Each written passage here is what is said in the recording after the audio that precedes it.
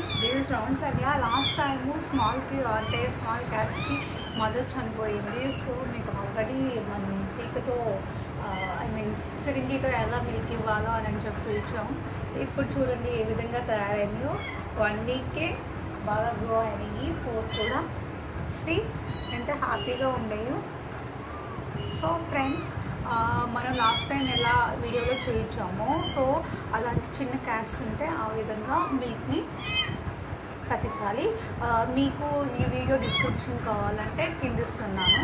So friends ఓన్మా ఓన్ది ఓన్. సో ఫ్రెండ్స్ అదిగో ఇదా సి ఇంత క్యూట్గా తయారైనాయో మనం కూడా అలా పెంచేసుకోవచ్చు.